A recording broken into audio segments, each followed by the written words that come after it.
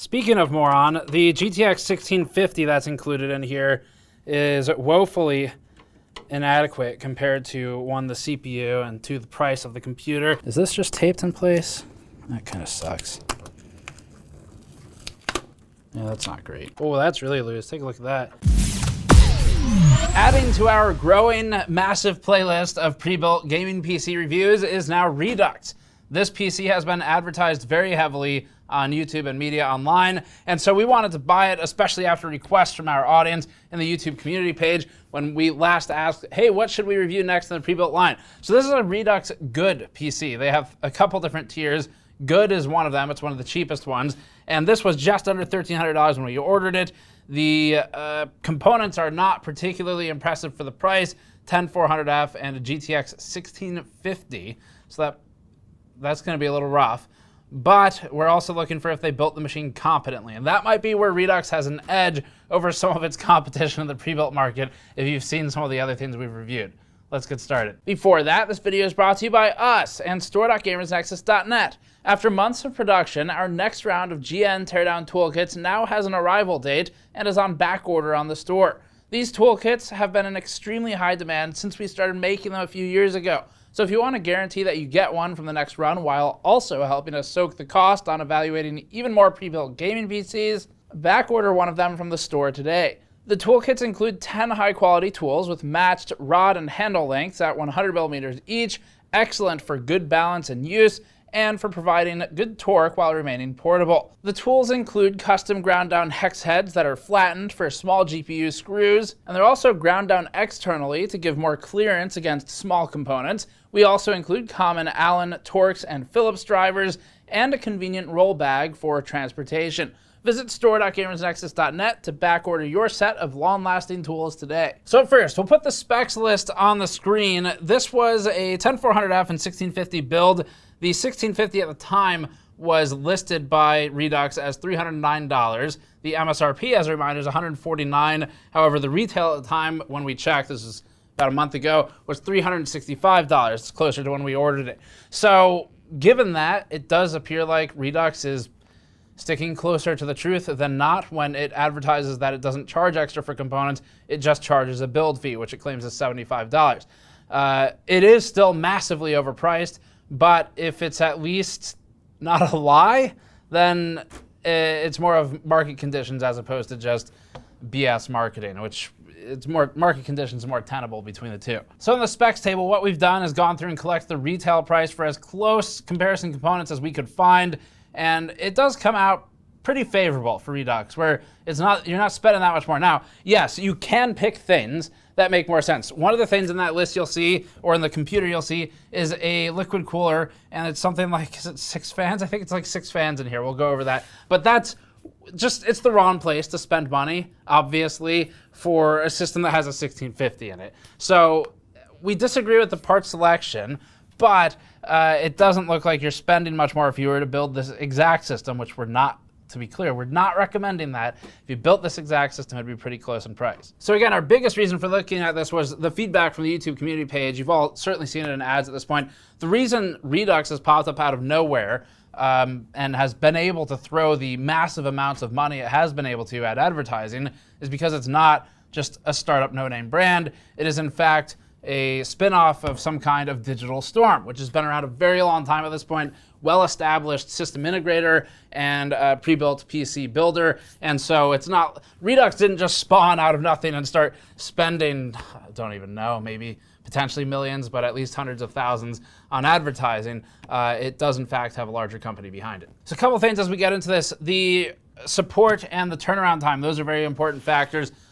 Most of the PCs we've reviewed thus far in the pre-built list have been pretty quick to get in. They haven't taken a long time except for the Alienware system, and the HP system was a bit problematic. This one did, however, take a long time to ship.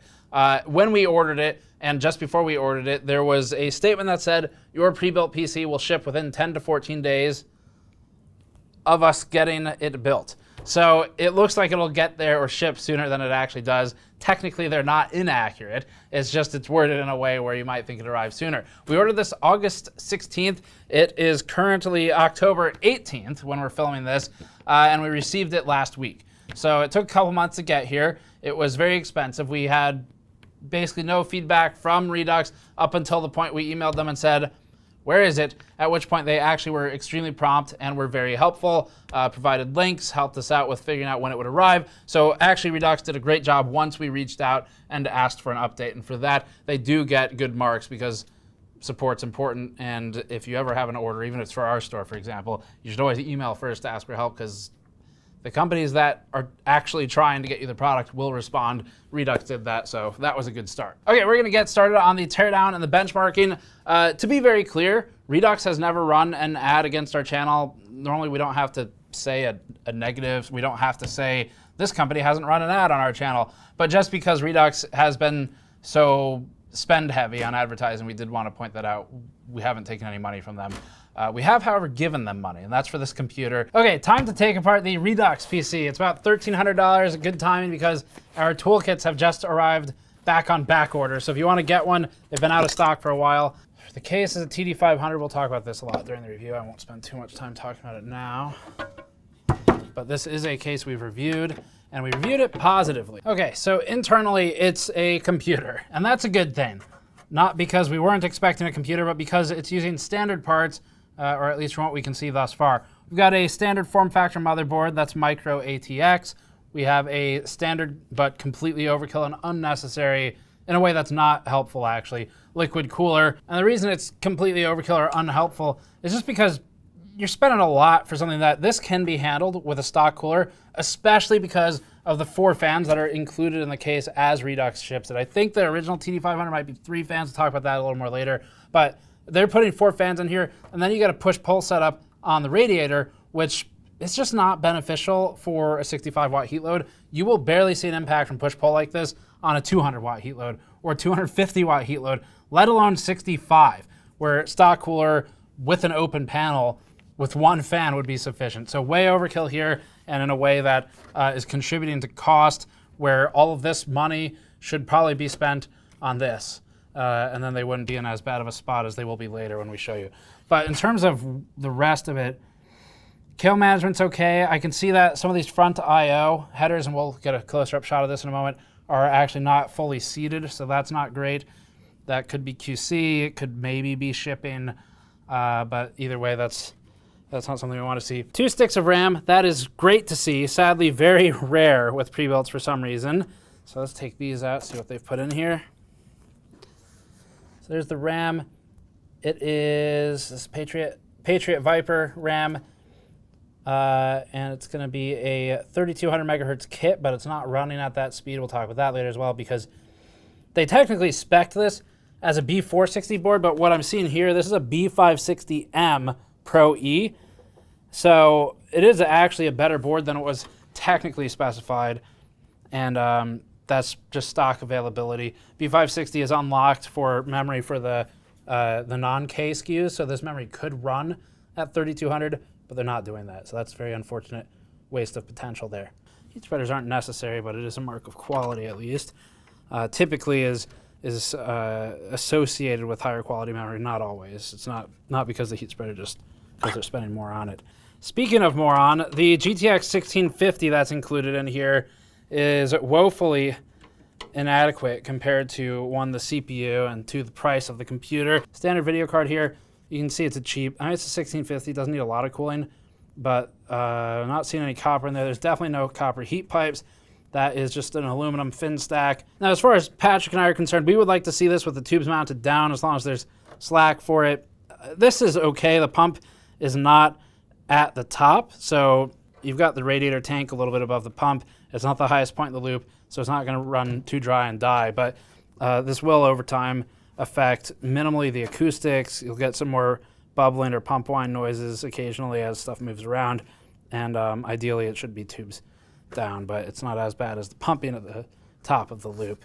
Still not how we would like to see it built, though, especially for like high volume where you're worried about every bit of longevity mattering. But look at this. Has Digital Storm been watching Gamers Nexus? Look at the orientation of this all-in-one cooler. Motherboard quality, no VRM heatsink on this. Pretty simple board. For a 10400F, you might not ever really need it. We'd have to do a separate board analysis if we cared about that.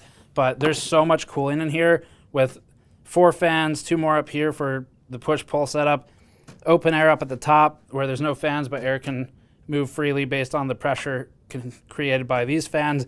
There's so much air movement around here. With a 10400F at 65 watts, the VRM is going to be fine. It's only really going to struggle if they keep using this board for a higher end CPU.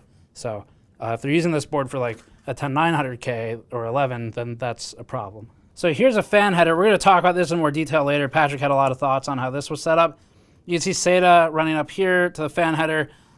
We've got standard PWM fan connections. We have ARGB connections. Is this just taped in place? That kind of sucks. Yeah, this is kind of stupid. So I like how they've got holes where they've filled them, or they never punched them out, that are 4 screws. But instead of using those and securing it with screws somewhere, they'd have to not really retool, but they would have to modify the chassis. And presumably they're ordering enough volume from Cooler Master here where they could get a modification made. But anyway, yeah, they just, instead of using the screws here, they just went with tape. I guess it reduces risk.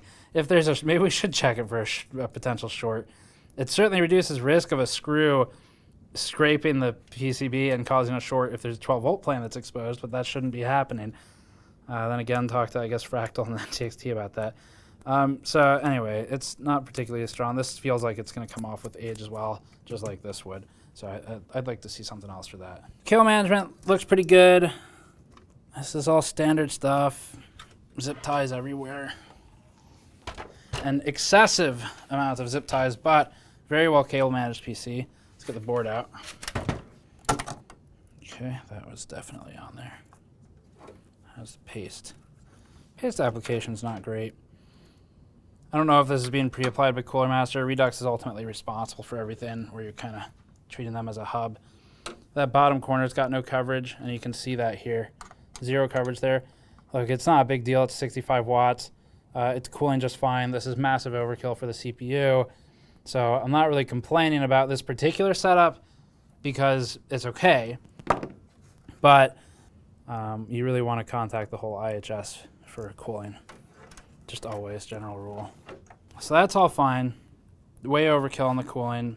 Not necessarily bad, but a system like this, money should be spent elsewhere. It's not going to be competitive with high cooling and nothing to cool that's of value.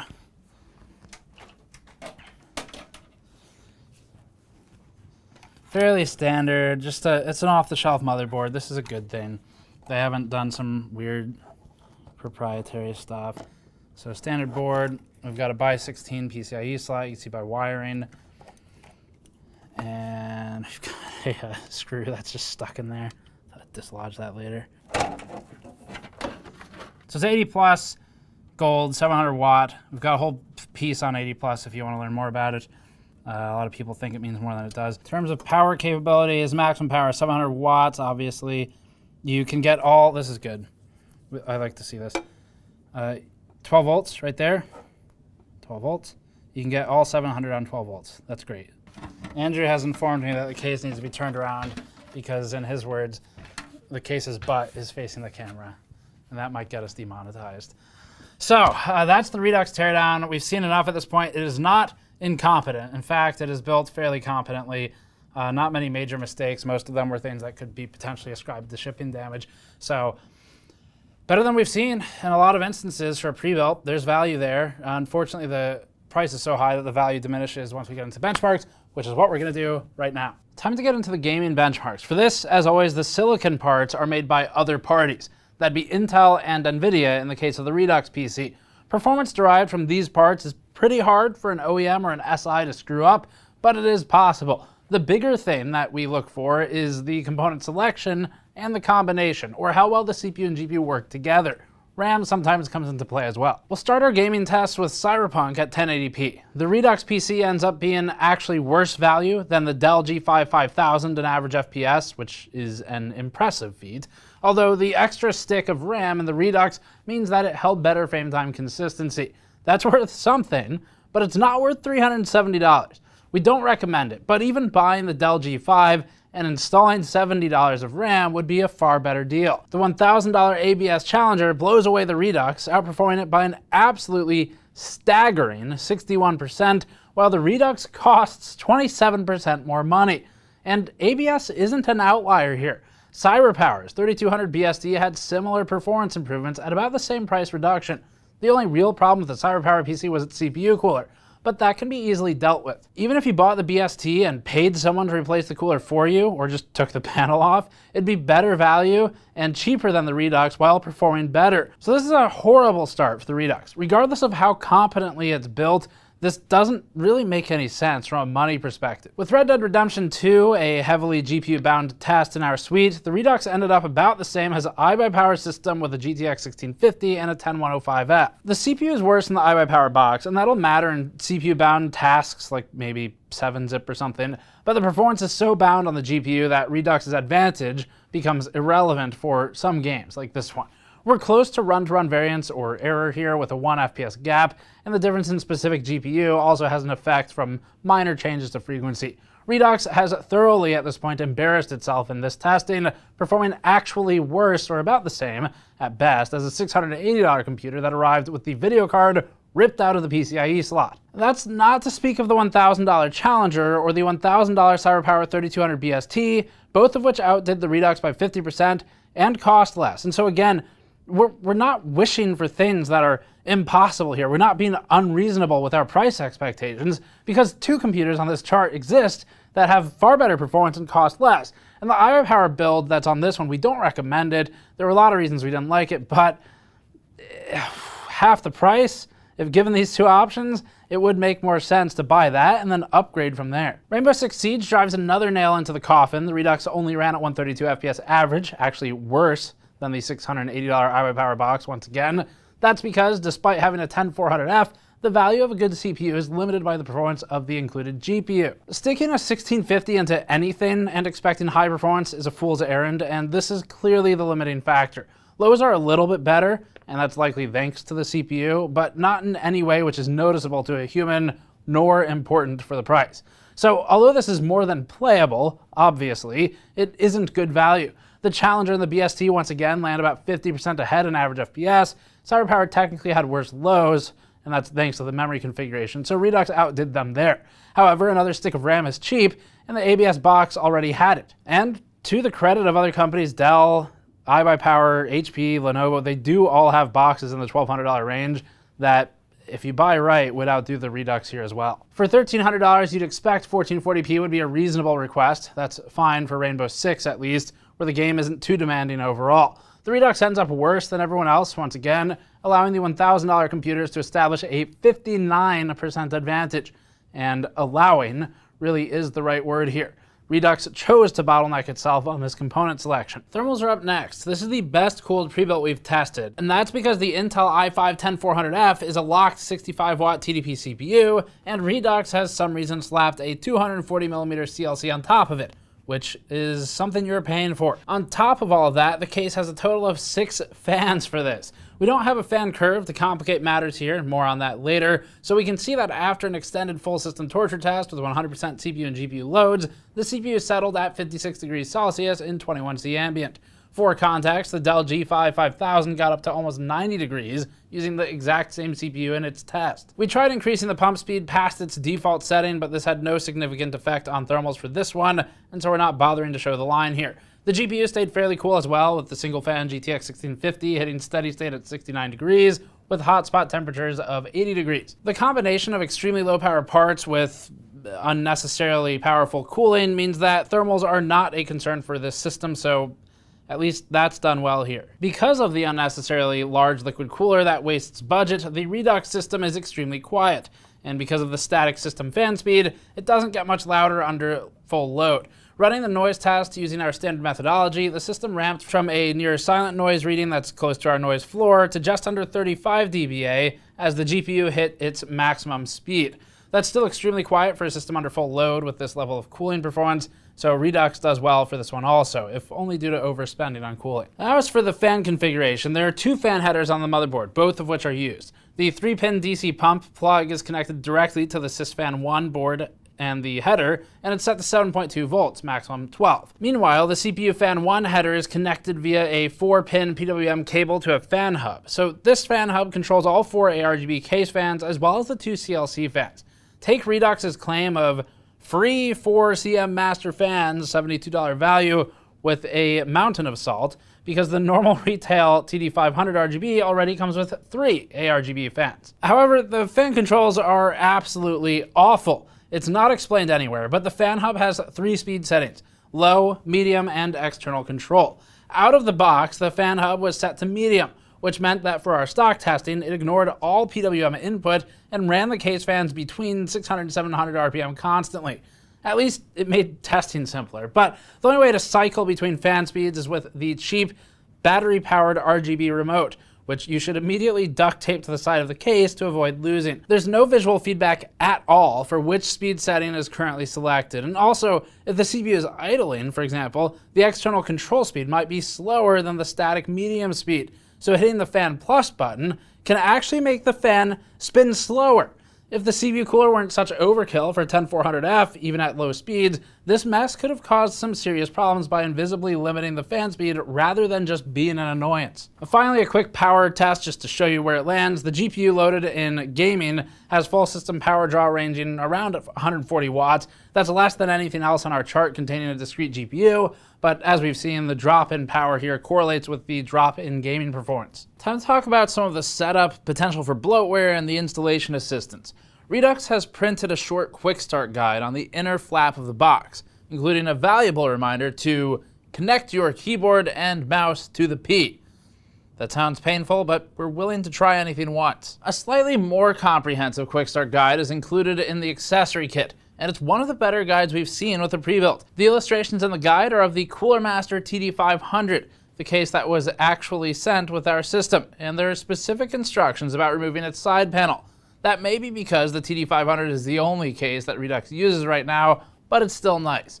The illustrations are simple and to the point, and more detailed and genuinely helpful explanations are relegated to the footnotes. The rest of the accessory kit is mainly spare hardware from the various components used in the system build. This includes alternate mounting hardware and paste for the 240mm CLC and the antenna for the wireless card. The exception is a live Windows 10 flash drive, 32GB, which Redux includes with the $110 Windows 10 Home item on the bill. This is intended to be used as a DIY recovery tool. Flash drives are cheap, so not a lot of credit there, and Windows 10 Live Media Creation is free. But this is an extremely useful tool, and including it displays a level of trust in the consumer's basic mental faculties that we doubt we'll ever see from big companies like HP or Dell. The level of convenience offered here is of significant value for end users.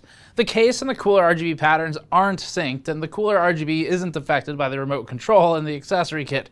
And there's a constant, quiet ticking sound from one of the front fans. But otherwise, the PC powered on without issue after we tested its setup instructions. We didn't notice any big mistakes in the BIOS settings, and it's likely that they were left unaltered from the factory defaults. BIOS is a couple versions old, dating from April of 2021, so we'd like to see a newer version installed. Subsequent updates have notes about improved CPU and GPU compatibility, as well as Windows 11 support as of September 15th. The board itself is an MSI B560M Pro E, which is technically an upgrade from the unnamed, quote, B460 chipset motherboard on our invoice. The CPU, SSD, and GPU are all PCIe Gen 3 hardware, so the upgrade doesn't help us here, but it's still a good thing. XMP was not applied. Again. But in this instance, it's difficult for us to blame Redux too much. The configurator page for Redux build states that with a 10400F, memory speed will be 2666 MHz, which it was out of the box. The page doesn't allow selecting a specific motherboard, so the implication is that a 10400F, the CPU included in our good tier preset build, you would get a motherboard from Redux's stock that doesn't support CPU or memory overclocking. The board we received does support memory overclocking, and the 3200 MHz XMP on the memory received can and should be enabled. But that's not technically what we paid for. We just happened to luck out and get a combination of hardware that supports XMP. B560 added this over B460 and marked a significant change for Intel. The pre-installed NVIDIA driver was version 471.41 from July of this year, which is fairly recent as far as pre-builts are concerned. One PCI device driver was missing on first boot in Device Manager, but the system functioned normally and the driver successfully updated when connected to the internet. This still should have been installed, and it is a miss for Redux that the other companies haven't really missed in our testing yet. As for bloatware, there's only the standard Windows 10 junk. There aren't any obvious custom helpful additions from Redux like we've seen elsewhere. And to be clear, those additions aren't actually helpful. So Redux has done well here. There's zero business whatsoever to be using the Cooler Master 240 liquid cooler in here, the 240 mil CLC, because it's not only wholly unnecessary for a CPU that's like 65 watts under full load. It is pulling money, it's siphoning money away from other components that could use it more. So the video card is a fantastic example. An extra $75 is enough to bump it up a little bit. Right now, the good tier from Redux as of October includes a 1660 instead. It's priced at $1,420. It's not even better value. Because a lot of the systems we were looking at on those charts earlier, they're 1660 Supers, and many of them were cheaper still. Now, prices fluctuate a little bit based on availability, so when you check their website, it may be cheaper, it may be different components, so that's standard. But overall, we're not seeing good value here, and even though the support was pretty good for what we had to use it, we haven't tested everything of it, but for what we had to use it for, it was pretty good. It's just, that's a massive upcharge you're paying for basically the privilege of being able to quickly ask where your computer is. And if it hasn't shipped from most other companies, even massive OEMs like Dell or HP, you can still cancel it online pretty easily. So it's just, that doesn't seem worth it to us to get something that's this far down the stack in performance for $1,300. Because again, it's not even better than Dell in this one in terms of the overall average performance. It is, however, far better than Dell in terms of the serviceability and the fact that you can upgrade it, the fact that it's standard components, the fact that it is built competently by someone who has built more than one computer in their life. So those are all good things. It's just there's not enough to justify the expense. So what we would like to see in terms of tangible changes that we think make sense. The case is overkill. This case, actually, we reviewed very positively when it came out, but its price has crept up over time, $120, $130. Too much for something like this, and there's far better options out there. Now, Redux appears to be bulk buying the TD500 because it's the only thing it sells and it custom badges it. So we understand that they can't just easily swap in another case. It's not that simple when you're running a business with supply chain and volume. So we understand that, but there's wasted money on the case versus the rest of the components for a build of this tier. There's absolutely wasted money on the cooler. A stock cooler would be completely adequate if they're still using this case. This is so many fans. It's all of the fans, in fact. And the cooler, being a stock cooler at 65 watts, that's fine. It'll save something like $75 according to Redux's own pricing table. That could be allocated elsewhere, or it could be cheaper as a computer, which would improve the value. So those are both options. The power supply is tough to comment on. It's a Digital Storm power supply. I don't think it's sold retail, or at least not commonly. So difficult to know exactly what the value of that is. Technically, they could step it down a little bit and be fine, but it does appear that Digital Storm wants its own thing to be in there. So either way, you don't have to do that if you were to build your own. But at the end of the day, if you're buying a pre-built, hopefully at this point it's not for the video card, because if you just want the video card, you can go get ripped off on eBay and you'll still be spending less money than on one of these things, and you'll be less ripped off than one of these things. Not just Redux, but basically any of them. There was a period where it made sense to buy a pre-built for a video card. Now, it's not that much better off than if you, especially if it's got proprietary parts in it. You're better off just buying it on eBay, getting scalped there. If you actually want a pre-built computer and you're not going to just rip it apart and build your own thing with the parts that came in it, then buying from someone else seems maybe the better option from a value perspective. So to wrap things up very succinctly, the build was competent. They knew what they were doing. They assembled it properly. We didn't really have any massive issues with the way it was assembled. The component selection was mismatched in a way that was poor for value, and it performed poorly compared to other pre-builts in terms of the price to performance ratio, as it were. But it's not garbage, so that's good. It's not e-waste. guess that's a good thing. At this point, that's what we're shooting for. So not competitive, but not offensive either, for the most part. A little bit offensive on the price. That's it for this one. Thanks for watching. As always, subscribe for more. You can go to store.gamersnexus.net if you'd like to help us out directly and get something quality in return, or you can go to patreon.com/gamersnexus for behind-the-scenes videos. Thank you for watching. We'll see you all next time.